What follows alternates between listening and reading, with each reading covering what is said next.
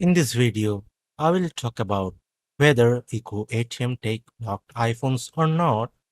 Actually, yes, EcoATM does take locked iPhones, but there are some important details to understand.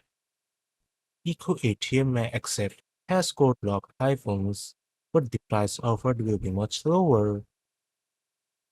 EcoATM does not accept iCloud-locked iPhones. They are considered potentially stolen or unusable. The carried locked iPhones are generally accepted, but again, the price will be less than or fully unlocked phones. iCloud Lock links the device to the owner's Apple ID. EcoATM cannot resell or recycle these devices easily due to Apple's security measures, so they are usually rejected. Before using EcoATM, erase the device and remove your Apple ID from it.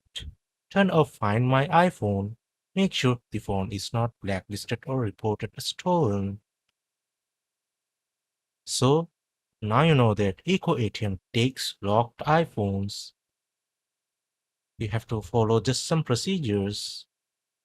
If this video helps, like, share, and subscribe.